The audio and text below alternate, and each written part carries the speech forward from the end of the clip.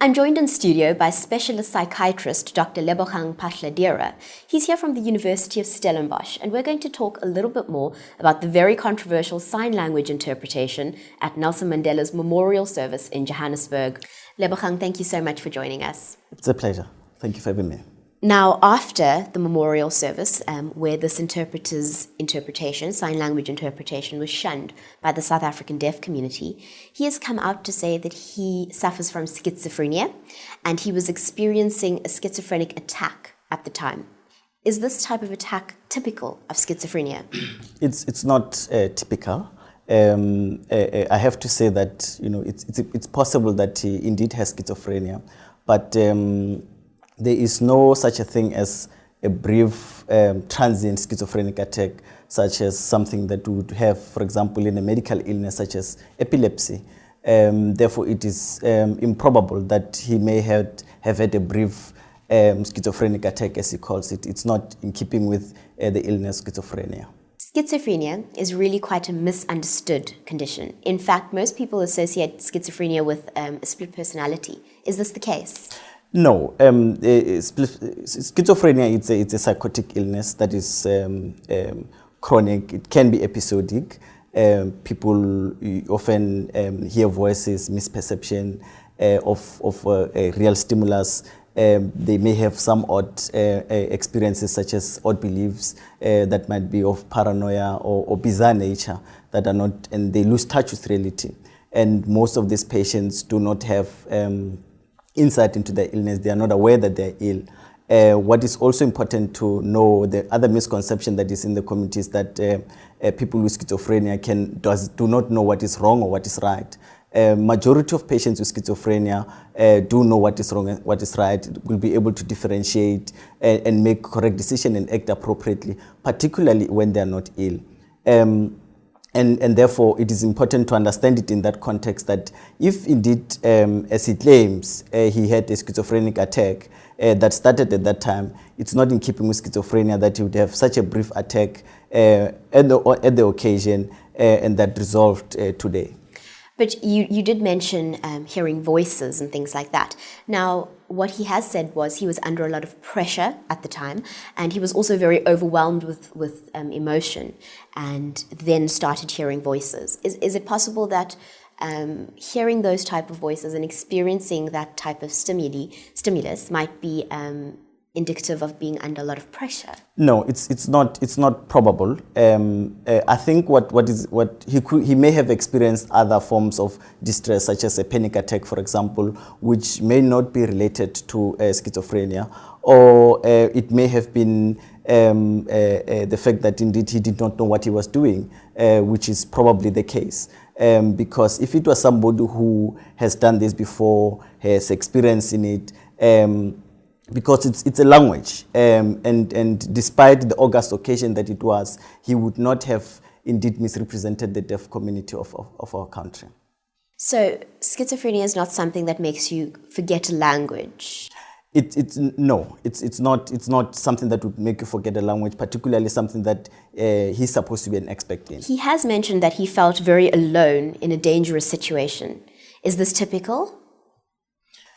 I would need a bit more information what he really meant by feeling alone in a dangerous situation, because clearly, in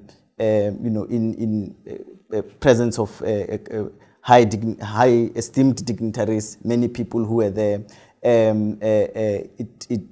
he may have had a panic attack, given the august occasion that is there, and that might explain parts of what he had experienced, but it's unlikely to be accounted for by schizophrenia. Now, since the incident, many people have said that people who do have schizophrenia should not be given high-profile jobs like this one, or jobs that require high-pressure situations to be handled. Is this fair? No, I think that's discrimination. I think it's unfair, and there are many people with mental illness, particularly schizophrenia, who are highly functioning, who do an excellent job in whatever line of job that they do. At times do it better than people without mental illness. And that is why I think that it's important that we put it out there that, people with mental illness, particularly schizophrenia, can perform many functions. They can be highly functional, particularly when they're on treatment. And therefore, I think what happened is a misrepresentation of people with schizophrenia because certainly it does not present that way. And it further perpetuates the problem that we have around stigma and mental health in our country. And as I said, that it is unlikely that this gentleman has experienced what he calls a schizophrenic attack at the time.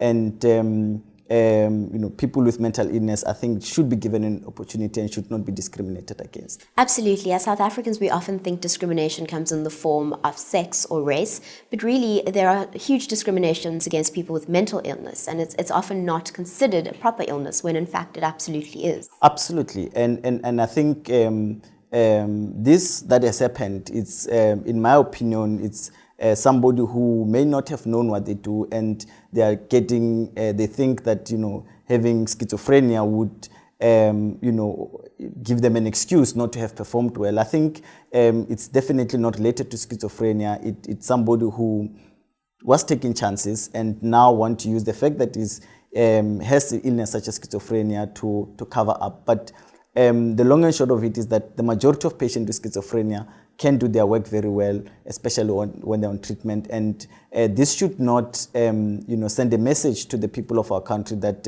we must continue to perpetuate the issue of stigma and, put the people with mental illness at the periphery and not give them opportunities in the labor market. But let's just clarify, you're not saying that you disagree that he could be schizophrenic.